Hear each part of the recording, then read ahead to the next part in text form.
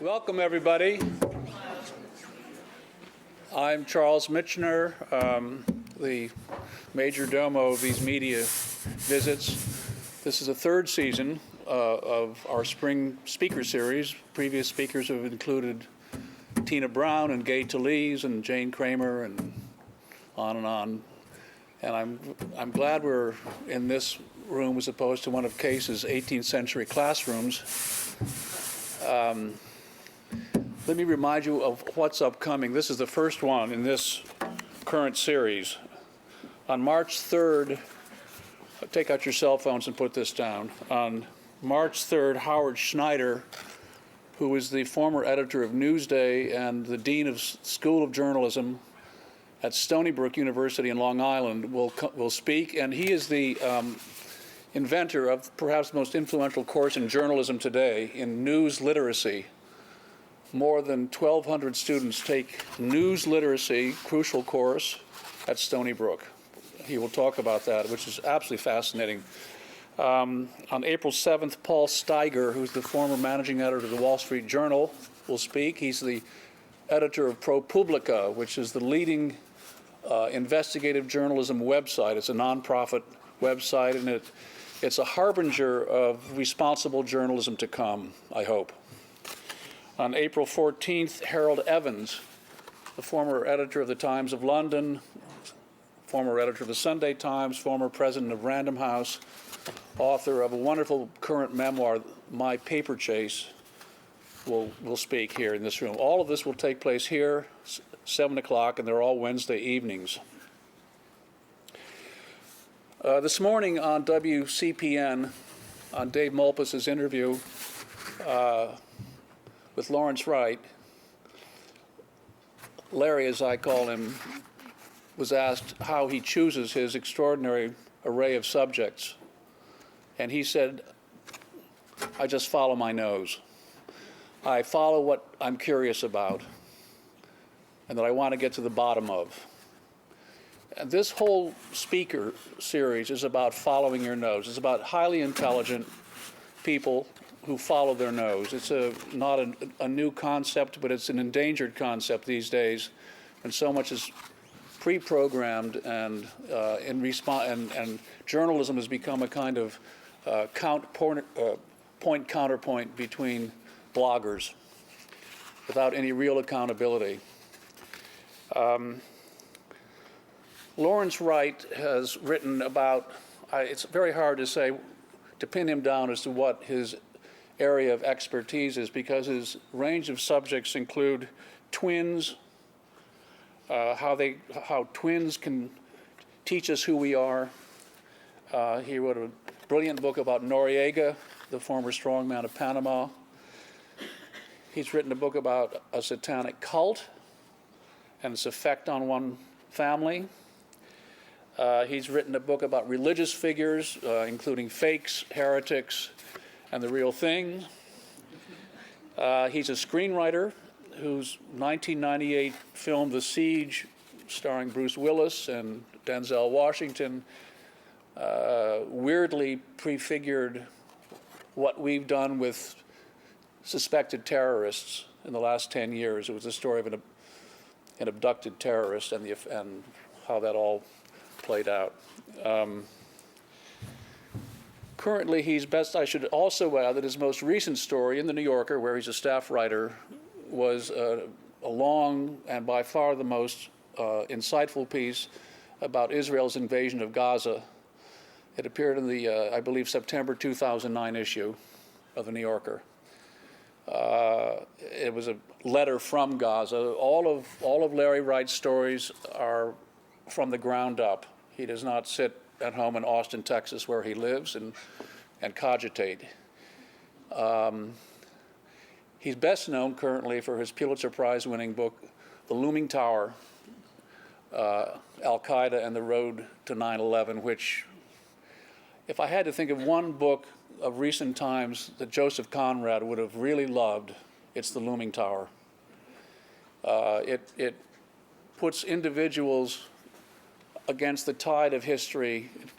Everybody's ensnared in this horrible web of Islamic fundamentalism that we're caught up in. And Larry went all over the world to many places. He got interviews with bin Laden's family, with all kinds of people, with people in the FBI and so on, to write what is really the definitive account of the origins of Islamic terrorism in our time and how that culminated in 9/11. It is not just an incredibly intricately reported book. It is a absolutely riveting read. There's no better thriller on the market today.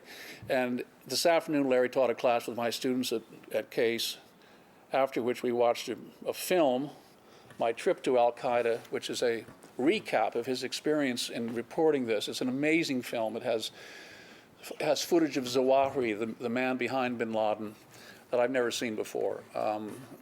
It looks at it from the Arabs' point of view, from our point of view, and you get this bewildering but ultimately morally clear view on how to regard this terrible thing that we're all living through. What else can I say? I wanted to say one more thing. Larry is not a war correspondent. He doesn't go into these scenes when the guns are blazing. He goes in after the guns are blazing. They may still blaze on, but he's really after, what he's after is the hearts and minds of the people in these conflicts. And that's the battlefront that he engages with. Let me introduce Larry Wright.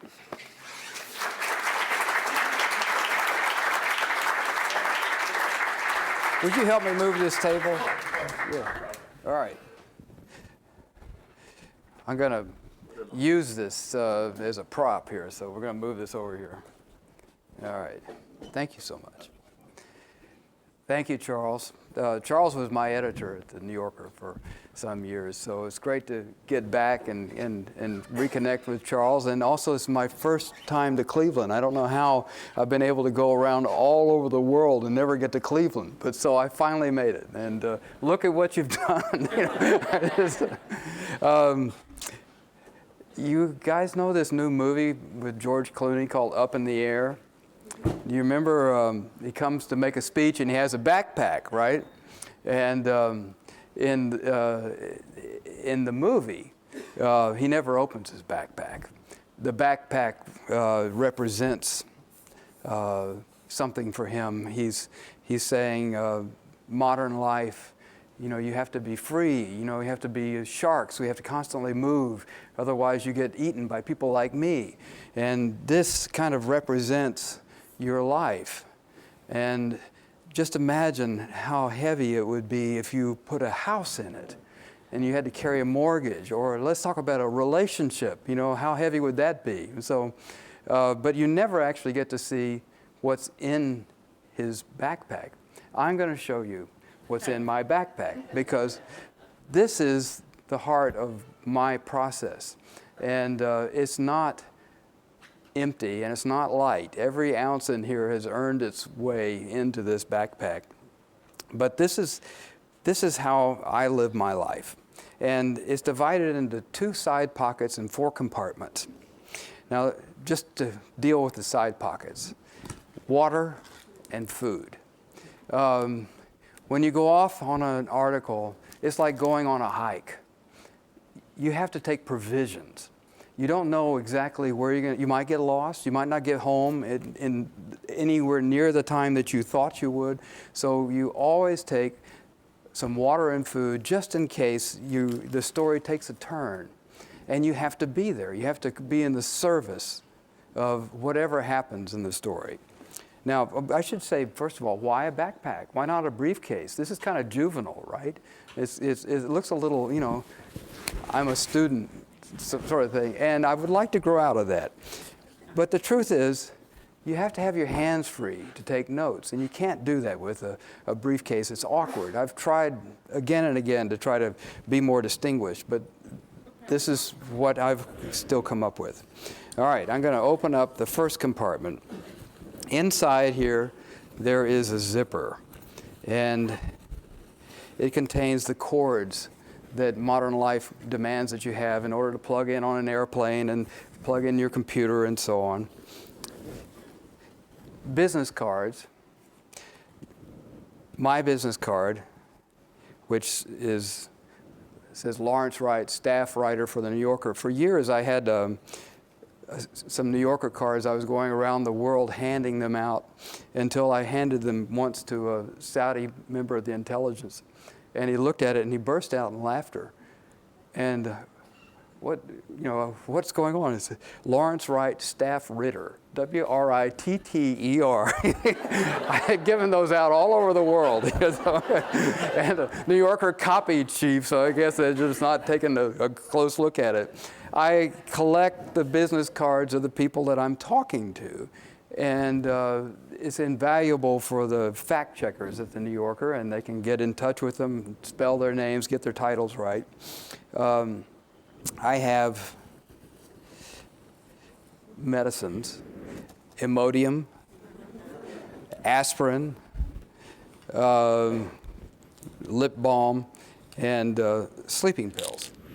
Absolutely essential for anybody that travels as much as I do. And melatonin for those time zone changes.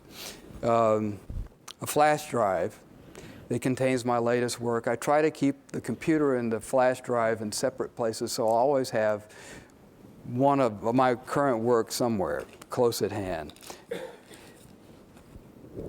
Back pads, unfortunately, a lot of travel has taken a toll, and that's one of the things that I've had to adjust to. Sleep mask and earplugs for zoning out in public places, absolutely essential for planes, trains, and automobiles. So that's the first compartment. Now, we're getting into the heart of the system. This is a digital voice recorder. I almost said tape recorder. Tape is passé now, but this is very, very useful instrument. Also, just as a piece of design, it's elegant. Look at how it turns into a flash drive and just plugs right in. I adore this little instrument. It holds over 40 hours of conversation.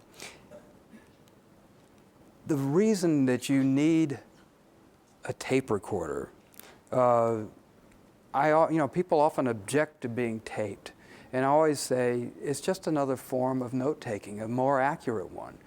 But also, it can save you in a lot of situations.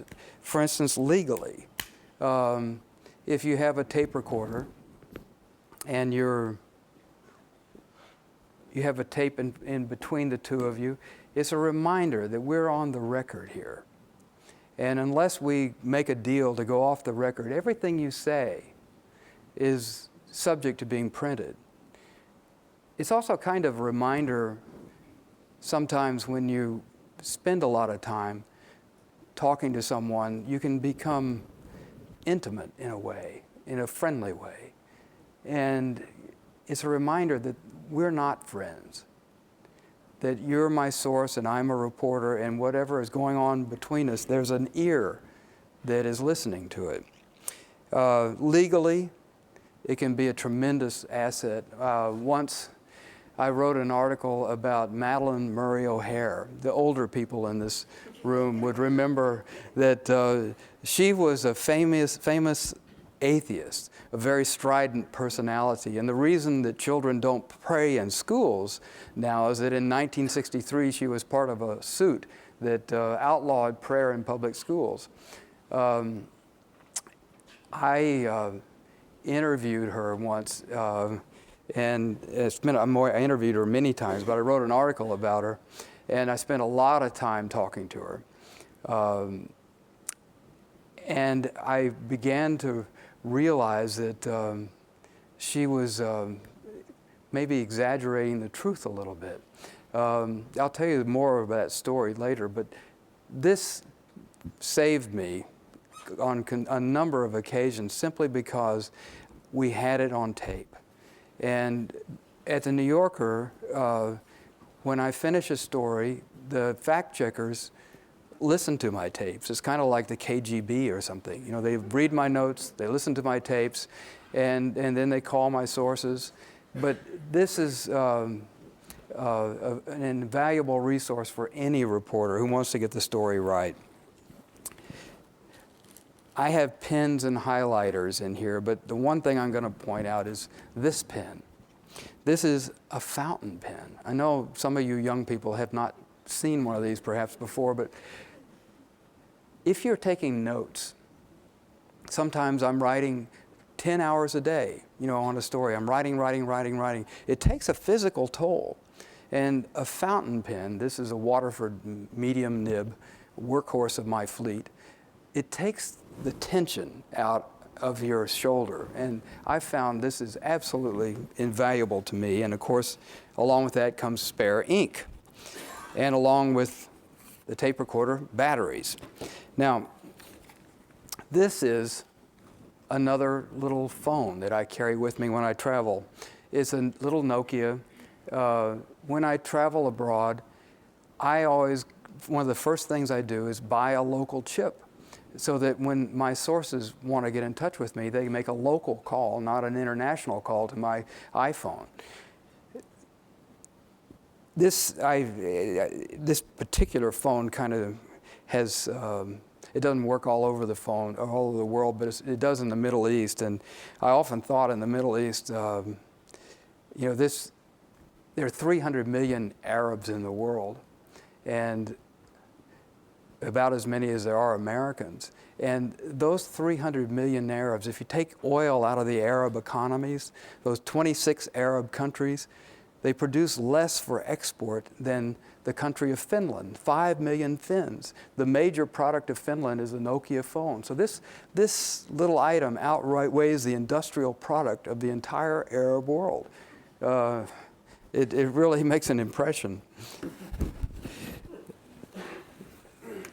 This is a digital camera. Now, the New Yorker would never publish one of my photos, but it's incredibly useful to me to keep another way of note-taking. When I'm interviewing a subject, I say, would you mind if I take your picture? And usually, they don't mind. I can remember what they look like after that. Did they have brown eyes or blue? Were they wearing glasses? It all gets a little fuzzy when you get home. Having these pictures is another way of taking notes. The other thing is, if you're writing a book, there'll come a time when they will want photographs, inset the photographs. I've paid thousands of dollars for the rights to photographs that I might have taken myself, so I will never go off without a digital camera at my hand. This is the heart of my system. These are note cards. I know they're really retrograde. They're 1960 graduate student, but the way that I do my work is that I interview people, I read articles, I might talk to dozens of people on a story and read innumerable articles, but I can't remember what or where I've found something. Early as a writer, I began to realize that I was spending more time trying to remember who told me what or how to put my hands on something, so I began using note cards. When I am making notes, ironically enough, I'm beginning to outline the article or the book that I'm working on. Because just by making a note, you begin to, and categorizing it, you're beginning to subliminally realize, what am I interested in? Why am I doing this story? If I'm writing, say, about bin Laden's sex life, which is something I knew I was going to write about, so I would, every time I ran across anything that had to do with his marriages or his relationships, I would put OBL-sex or OBL-marriage, or then sub under that his wife, number 1, number 2, number 3, number 4, number 5. I would have something about each of those individuals. And out of hundreds of interviews, many translated articles and books and so on, it sweeps through all that material like a dragnet and pulls up information.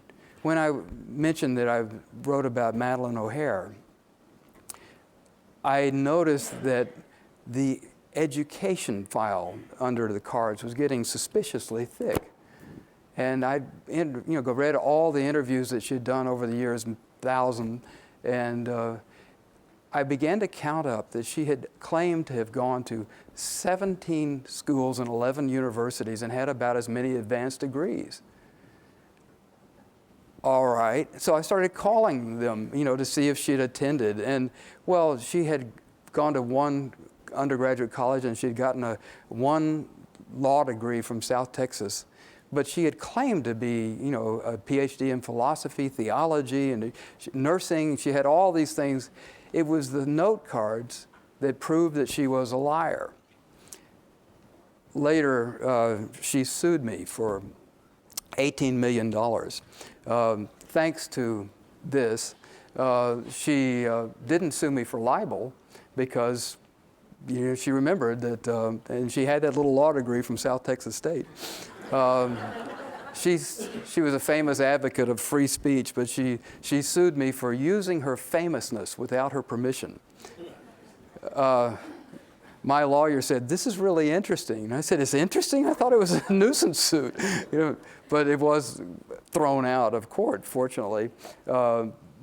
Later, Madeline O'Hara was murdered and her body was cut up in tiny pieces and she was buried in the desert in West Texas, and I had nothing to do with that. But I like to tell the story just in case anybody else is thinking of legal action. Let's see what else I have in here. All right, that takes care of that compartment. Now, my itinerary. My notebook. Okay, I do carry one of these, like many reporters.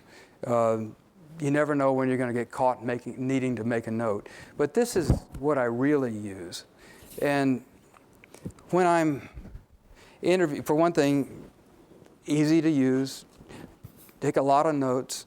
There are 50 pages for this. You can get through a tremendous amount of material without, think how many times, how many of these I would have to use up to fill this. I constantly write down what people say. I'm not just one, for some reason I don't take just a few notes. I just almost stenograph, go through and whatever the conversation is, and I'm writing as fast as I can. It's a mess. But I have a document, and then I coordinate it with this. Now, when I was doing the Looming Tower, I filled up 85 of these, and and I number them at the top. So suppose this was tablet number 42. I'd put 42 here, and then on this side, I make an index of everybody I've spoken to in here. And if I've talked to, let's say, Abu Rida al-Suri, who was bin Laden's business manager. I interviewed him 3 times in Khartoum. Suppose I interview him 2 or 3 times in this particular tablet. I would say, I'd have his name here 3 different occasions, and I'd do A, B, and C. And then here, when I load it on my computer, I have Abu Rida al-Suri, 42A or 42B or 42C. And so when I want to check what actually was said and make sure I got it right, I can go directly to the information that's on the tape recorder, and I know these 2 things are coordinated.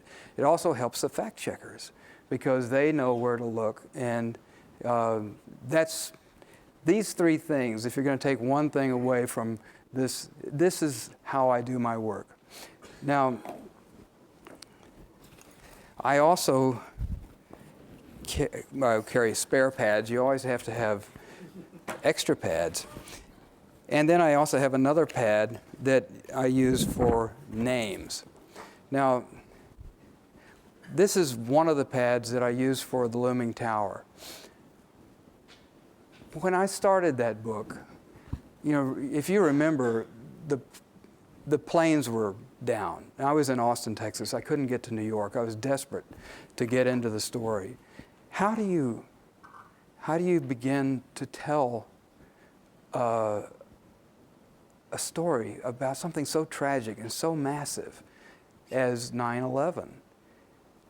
I thought, well, I need to find some human stories, some exemplary lives that I can write about that will make this story human. And so I began looking at obituaries that were streaming online, hundreds of them coming online at that time. And on the Washington Post site, I found an obituary for a man named John O'Neill. It was just a brief mention, but it said, John O'Neill, head of security at the World Trade Center, formerly the head of the FBI's counterterrorism office in New York. I thought, that was the office that had the legal mandate to hunt down bin Laden. They had the warrant. So he was the guy in charge of getting bin Laden. But instead of getting bin Laden got him. So I didn't know if he was a hero or a villain. I just knew he was a story. And I began looking up everything I could find about John O'Neill. And then John was buried a couple of days later. And everybody who went to the funeral, I put their names down here. And so the obvious people are the very first people whose names are on the list. And when I found their telephone numbers, I put them over here. And when I talk to them, I highlight their names.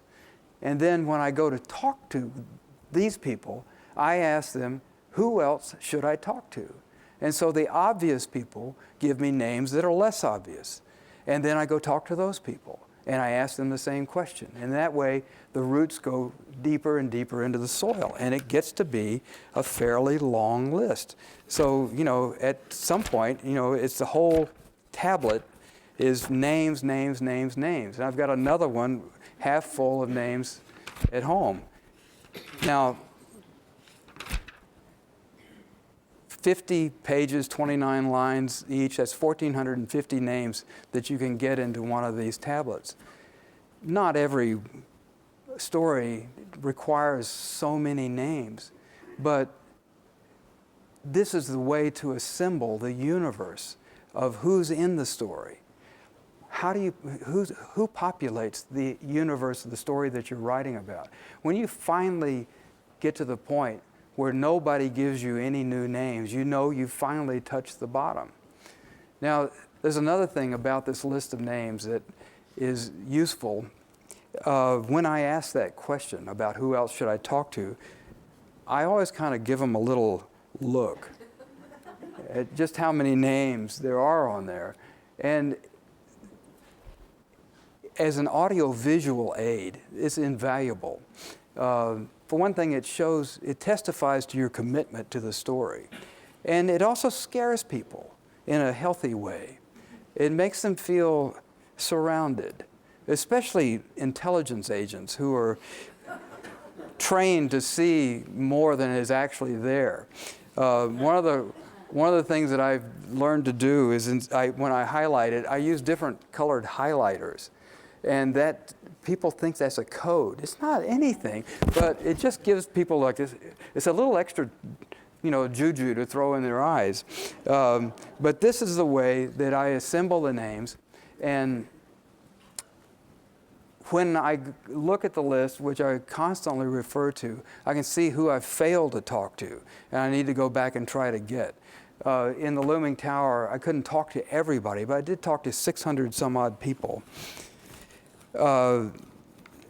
I always carry reading matter. Woody Allen said he has to buy a newspaper to get on the elevator, and I'm exactly the same way. And the book that I'm working on right now, I'm reading this autobiography, or this biography of Richard Burton. It's a really great book by Melvin Bragg, a BBC guy. But I'm writing a play about the making of the movie Cleopatra in 1962. I know that's really obscure. But even when I'm writing movies or plays, I use the same technique. And for instance, here, on page 134, it says, on matinee day, Burton took on a bet that he could drink a bottle of vodka during the matinee and another during the evening performance while acting, with no effect. Julie Andrews, unaware of this, was to be the judge. What did you think I was like today then, love? He asked her at the end of the day. A little better than usual, she said. So I circle that. I'm pretty, I mess up my books pretty badly, but I circle that and I mark it Burton Drink. And it goes into my card file under Burton Drink. And I'll know where to find it when I want to go back to that. Now, that's that compartment. This is the last compartment, and it's completely empty because that's where my computer goes. And I don't take it with me when I'm on an interview. I leave it in the hotel room. I know a lot of reporters these days use laptops to take their notes. I just haven't made that transition. It's heavy, it's cumbersome, and so I leave it there and stick with my longhand. Now, I've told you a little bit about the process of reporting. And when I'm writing, I want to be able to tell a story as fully, as intensely, as resonantly as a novelist. But it requires knowing the world so well that you can call on all those details that a novelist might be able to summon up out of his imagination, but a nonfiction writer simply doesn't have the opportunity to do. And the only way you can do that is through depth reporting. And so when I talk to people, I talk to as many people as I can, but some I talk to dozens of times, really good sources. Like Jamal Khalifa was one of my great sources, bin Laden's brother-in-law, who was married to bin Laden's favorite sister. And he became a tremendous help for me.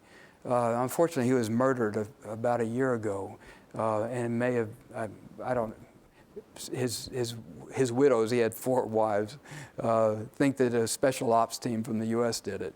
But anyway, for instance, I would love to have talked to bin Laden's sister, but as a very strict Saudi woman, she would never let me talk to her. But Jamal interviewed her for me. I would write out questions for her, and every 4th night he would go spend the night with her, and he would ask her my questions, and then he would come back and give me her responses. Well, it wasn't perfect, but it was the closest I could get to interviewing her. And so I interviewed Jamal maybe 100 times over the course of the 5 years that I spent writing this book. So all of that is a way of obtaining colors for your palette so that when you want to paint the scene, you have the material there. Now, I think of characters as being essential to any kind of storytelling. And when I started writing The Looming Tower, I told you about John O'Neill. I found one person whose life could exemplify why we failed. What happened? What happened in the counterterrorism world that caused us to fail?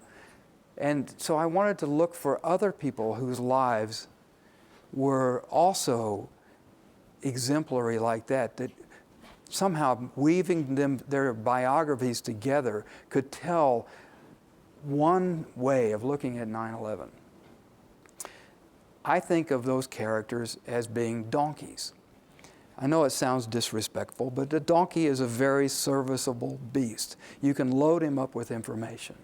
And you can write the story of 9/11 or any story just by telling the data. But to really emotionally engage a reader, you need characters that the reader identifies with and understands. And that character, that donkey, becomes the way that you can load all that information on top of him. I might be able to write about the FBI in an interesting way, but not in an arresting way, without a character that, like John O'Neill, can take you into the bureaucracy. John O'Neill, I didn't know when I discovered him what he was going to be like. Fortunately, he turned out to be, I mean, he had an amazing life. He had, everybody loved John O'Neill or they hated him. There was nobody that felt indifferent to him. He was this big, colorful Irish guy. He had 3 women who thought they were engaged to him, even though he had a wife and 2 children in New Jersey, and they all met at his funeral. This is a nightmare that no one can imagine. But he turned out to be a fabulous donkey for me. And with his support, I was able to move into the world of counterterrorism, to the CIA and the wars with the FBI, all of that by having one character whose life I knew would resonate with the reader, who would become invested with him, who would see his humor, see his flaws, and begin to understand who this guy was and his valiant fight to try to make the intelligence community in the U.S. take Al-Qaeda seriously, and the sacrifice that he made at the end with his own life was going to be the climax of the book. I knew that I had to write about bin Laden, not just because he perpetrated 9/11, but because he killed John O'Neill. There were people in the FBI that told me they really believed that bin Laden hit the World Trade Center because they knew that John O'Neill was working there. Now, that's not true, but in a dramatic sense, it was true in a way. But the Saudis wouldn't let me in. For a year and 4 months, I'd made application for visas and so on. They just wouldn't let me in. So I decided I'd go to Egypt, which I used to live in Egypt. I taught at the American University in Cairo many years ago. And so I had old ties there. And I thought I would write about the number 2 man, Ayman al-Zawahiri, the doctor, the guy who's always at bin Laden's side. And it was a tremendous piece of good luck for me, because through Zawahiri, I found he could take me into the world of the Islamist terror organization that he started, Al-Jihad, which was really the roots of Al-Qaeda. To this day, Al-Qaeda is an Egyptian body with a Saudi head on it. It was Zawahiri who created the organization, Zawahiri who organized the people around bin Laden and really created what Al-Qaeda is today. But it goes back to the early 60s in Cairo. And Zawahiri started a cell to overthrow the Egyptian government in 1966 when he was 15 years old. I mean, that's who we were dealing with. I had no idea. I would never have discovered this guy if the Saudis hadn't kept me out of Saudi Arabia. It would have all been about bin Laden. So fortunately, I discovered another donkey in my story who could take me into a place, and I could load him up with all this information that the reader needed about where did this come from? Who are these people? His experience in prison, for instance, the torture that he endured, all of those things became really pertinent because he was a man on a mission. So finally, when I finished that part of the book, I knew I had to go to Saudi Arabia somehow. So, and they weren't going to let me in as a reporter. So I found a job. I became an expat worker. That's one thing the Saudis understand. And I got the job of mentoring these young reporters at the Saudi Gazette, which is bin Laden's hometown. And it was the most amazing piece of luck, because instead of being a reporter in a hotel with, trying to make appointments and so on, I had an apartment, I had a car, I had a job I had to go to every day, and I had all these young reporters teaching me more about their society than I could ever have learned on my own. It was, from a reporter's point of view, it was very humbling to see how blinkered we can be in a situation when you just dive into the life, things open up so much more to you. While I was there, I discovered my fourth donkey, who was Prince Turki alFaisal. Prince Turki was kind enough to grant me a lot of time, and his life was also exemplary in a way. His utility as a character was that he could take me into the royal family, a mysterious group of people to start with, but he could also help me understand the mysterious relationship between the royal family and the Wahhabi clerics. He could help me understand the relationship with the bin Laden family, one of the most distinguished families in the whole country. The bin Laden family, especially the father, Mohammed bin Laden, essentially built modern Saudi Arabia. Prince Turki went to school with Bill Clinton at Georgetown. He worked with Osama bin Laden during the jihad in Afghanistan. What a wonderful character to have help the reader understand and penetrate this world. So those were my four major characters. And their interweaving stories is the way that I chose to write the story of 9/11. Now, there's another thing as a writer, and maybe it's because I write movies and plays as well, but I've come to appreciate the incalculable value of writing scenes. A scene is, well, it offers you the opportunity to explain everything the reader needs to know in a way that makes the reader hungry for more information. For instance, in 1979, there was a group of radical Muslims that took over the Grand Mosque in Mecca. It was a bloody shootout. And this is when Prince Turki walks on the stage in my book. And as he's coming into Mecca, the mosque is under siege, and he reaches to open the door of the hotel where there's a temporary headquarters, and a shot rings out and the glass door shatters in his hand. I love it when shots ring out. Because you know that you can stop right there. You can put it on pause, and you can take the reader on a little digression that gives the reader all the information that he wouldn't normally want to read or have the patience for, perhaps. All the stuff about the deal that the Saudi royal family made with the clerics, for instance. The stuff about how the bin Ladens got involved in building this mosque. All of that information comes at that point, and the reader is frantically turning the pages, waiting for the shots to ring out again. A friend of mine calls this the rubber band theory. If you plant a question in the reader's mind like, well, what happened next? You don't answer that question right away. You stretch it out.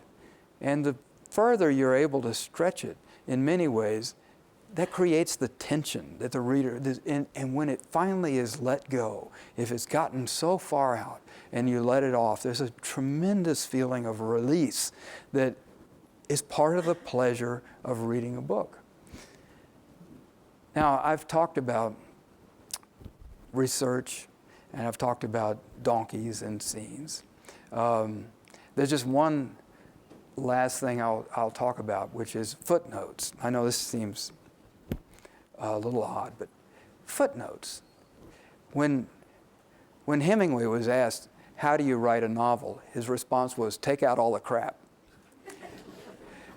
Now, that's good advice for any writer. But some of this crap is pretty hard-earned. And you're reluctant to just ditch it.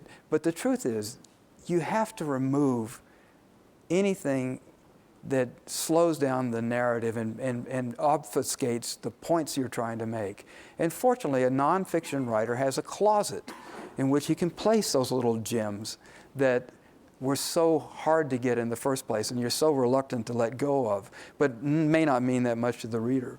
Footnotes are my favorite part of the book. I love writing footnotes. It's the most indulgent part of the whole experience for me. So if you have the opportunity to write footnotes, don't pass it up. Now, I come to the part that every writer likes the best, which is the end. I'm happy to be here, and if you have any questions, I'd be happy to respond to them. Thank you.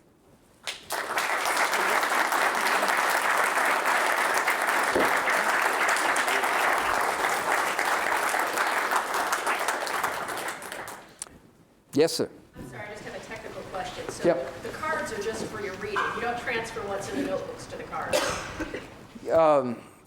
These cards, I have a template on my computer that does note cards, and then I print them out. When I'm writing, if let's say that I'm writing about Najwa, bin Laden's first wife, who he married when he was 17 and she was 14. And I interviewed all these people, and I read all this stuff about them.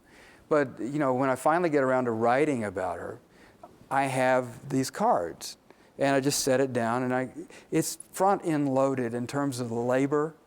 I mean, it takes forever to do all this. But when you're writing, it goes really fast because and I think that there's something to be said about moving quickly as a writer, that the reader might be able to move quickly as well. So my object is to try to get a sense of momentum and not break that. I often think about that poor girl, what she must have thought when she married the scion of this very wealthy Saudi family, that she was going to go off to the Mediterranean and sail the seven seas and shop in the Champs-Élysées, and then she winds up in Afghanistan in a cave. And she incidentally has written a book of her own recently. Very interesting. Yes, right behind her. Like you mentioned that lady who was like trying to sue you for lying. I'm sorry, I can't hear you. You were mentioning that lady that tried to sue you because. Yes. Yeah. Have you ever had like the opposite response where like your subject reads your thing and then they're like, wow, I never thought of myself that way. Wow, I was a dick. The truth is, most people are kind of nonplussed when they read what I have to say about them. Do you remember the first time that you ever heard yourself on tape? And you think, is that me? I try not to be cruel when I'm writing, so that people, I don't like mean-spiritedness in a writer. But it can be shocking for anybody to see what someone else thinks of them or how they render them. And usually my portraits are done in such a way that people don't feel flattered and they don't feel insulted. What I like for them to feel is understood. It's a mystery why anybody talks to a reporter. Really, you think about what is at stake. Their reputations. You come to me. I want to write. You want to write about me. Well, who are you? And why should I put my whole reputation in your hands? Because really, that's what it is. I mean, especially something comes out in the New Yorker, it can be devastating if it's cruel or witty in some put down way. So. At the same time, your obligation really is to the reader, not to the person you're writing about. Your real obligation is to tell the reader who this person is and what is actually happening. And so I try not to get too friendly I don't want to betray somebody by pretending to be more of a friend than I am. And it's partly, I often dress the part of being the New Yorker writer. I'll put on a tie and stuff like that, just to have a little edge of formality so that people know that this is official and this is serious business, a little undertaker sort of outfit. Yes, sir. I'm a little surprised about people's willingness to talk with a tape recorder. If you came to me with a tape recorder, wanted to talk with me and put out a tape recorder, I'd tell you no. Well, I think you'd be making a mistake. And I'll tell you why. I'm serious. For one thing, I'm not to be trusted in terms of getting every detail right. you're speaking quickly and I'm trying to get what I can. If there's something you don't want on the record, you should tell me you don't want it on the record. But if you tell it to the tape recorder, we both know what you really said. And it's a fair arbiter and an absolute one, more or less. So I think you should always try to have a tape recorder. I remember some of my subjects had put down their own tape recorder. And I think that's not a bad idea. When I interviewed the head of the Mormon church, I had all these guys in black suits and skinny ties came up, and I put my tape recorder down and 5 other tape recorders. Yes, sir. How the process you use is quite complex and sounds very, very thorough. How long did it take for this to evolve into a procedure that now you can talk about? Well, I've fought against it most of my career because it's so much work. But when I was a young reporter, for one thing, as I said, I wasn't blessed with a really great memory. And I had trouble kind of organizing the story. This whole process, the cards and everything, began with trying to remember where I heard something or read something, and I would do. But then I began to realize the truth is it's helping me see the story by putting these things on cards, just by categorizing them. I know that this is an area of interest to me, and then I begin to look for those things in the material. When I'm writing plays or movies, I'll use something kind of similar, but I some of it's made up, but I'll write scenes or character things and just put them in a pile. And when it gets a little, maybe twice as thick as this, I'll close the door and turn off the phone and start laying them out on the floor in 3 acts. And so I've got essentially trying to figure out the story, and and I can see, just looking at the cards, where there are holes and where there's too much here and not enough here, and maybe I can move this. And it's just it's a very primitive but useful way of organizing the material. And I've never found a better way. I'd like to, but I haven't found it yet. Yes, back here. Would you care to field a question about the psychology of these principal terrorists? The psychology of them? My specific question is there a sense of temperance or prudence in their vision of where they're going? What is the end game from their point of view? What is your perception? Well, it's kind of 2 questions. Let me start with the end game. The reason Al-Qaeda is failing and can never succeed is that it has no achievable goal. And it's not like many other Islamist organizations like Hamas, Hezbollah. It doesn't do anything for you. There's no social good. There are no immediate political agendas. It has a view, a millennial view of transforming the world. And bin Laden and Zawahiri and others, they realize what they're facing. They realize that these kind of internal, from their point of view, they have a choice of trying to redeem Islam and save humanity, or let it go down the tubes. This is their vision. They believe that by not just attacking the West and thereby creating a clash of cultures that will cause Muslims to rise up and defend their religion. That's part of the motivation for their attacking America. But their real attack is on Islam. And according to the Quran, it's to kill another Muslim is heresy. But they don't see these people as being Muslims. They see them as being heretics, and that they have an obligation to purify the faith. Now, there are many different ways of looking at Al-Qaeda, and every different approach has some merit. One way of looking at it is as a cult. And I've written a lot about cults in the past, and I see the charismatic figure and so on, and the absolute thinking that is so typified by cults in the past, and I think Al-Qaeda shares a lot of that.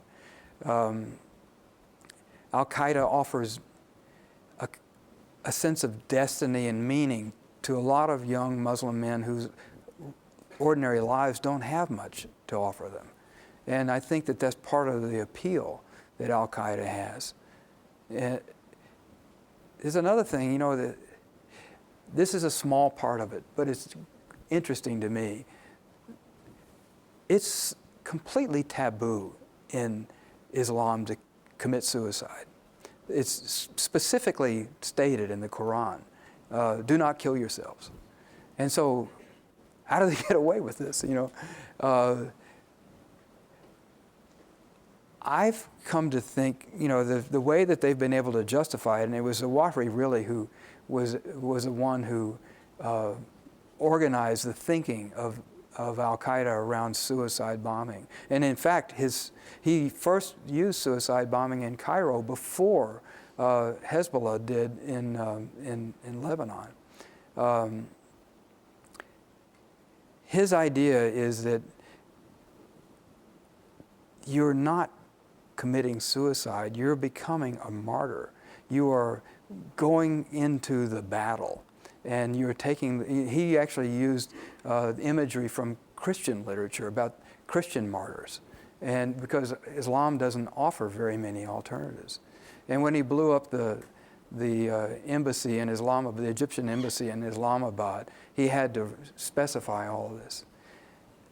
I think that there's such a river of despair that runs through the Muslim world that, I know this sounds a little crazy, but I think there are people who would love to kill themselves. And Al-Qaeda gives them an opportunity to give them a meaningful death when their lives have so little to offer them. I spoke about how 300 million Arabs and 5 million Finns, and these are economies that really have very little to offer their young people, and the political oppression that so many of these kids live under. It's just a very, very difficult spot to be in. So that's part of it. I could talk about the characters and the psychology, the history, and the political dimension, but you just asked about the psychology. Yeah. All right. Putin reportedly told Bush that he should. Who told? Putin. Uh-huh. That he should. Bush should make it. I believe Bush should make a deal with Bin Laden. And is that? I mean, it sounds kind of strange to say, but is that?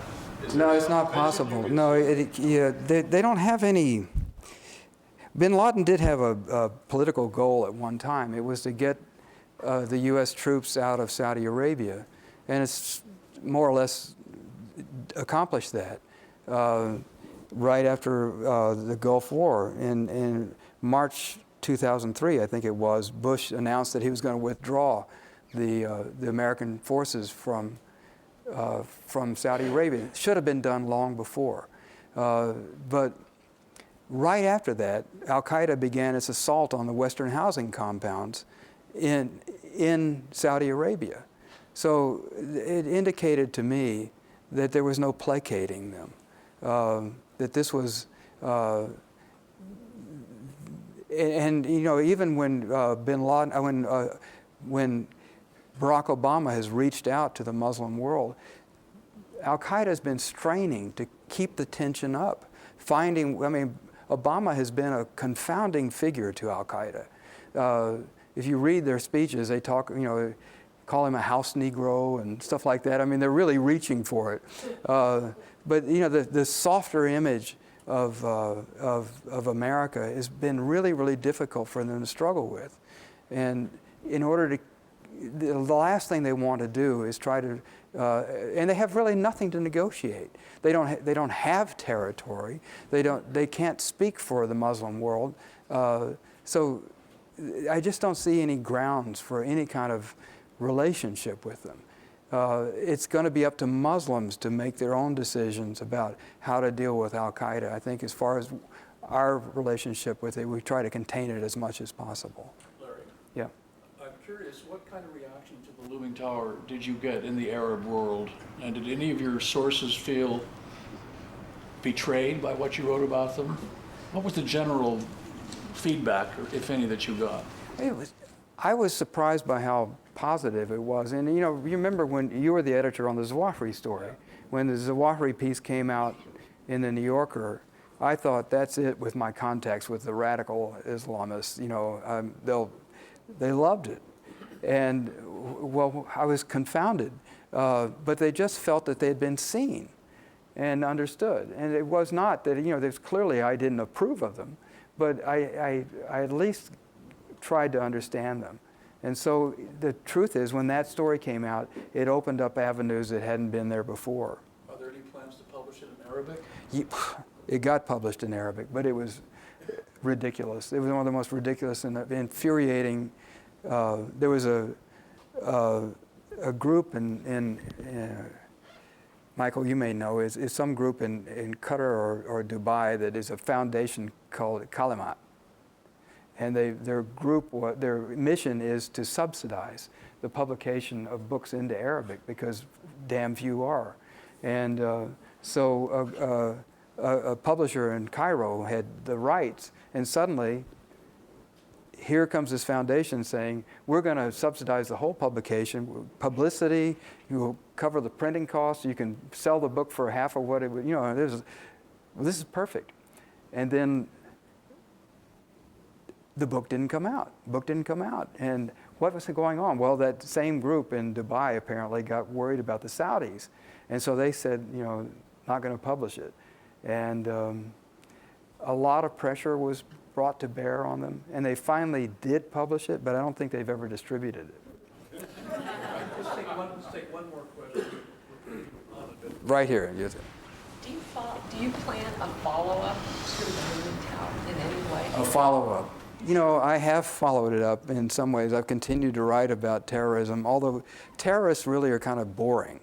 After a while, you hear the same story again and again. Having written about the rise of Al-Qaeda, I would love to write about the end of it. And I have tried on a number of occasions to get embedded with the special ops that are in Afghanistan and parts of Pakistan, sort of see, I just like to be there when they get him, if they ever do.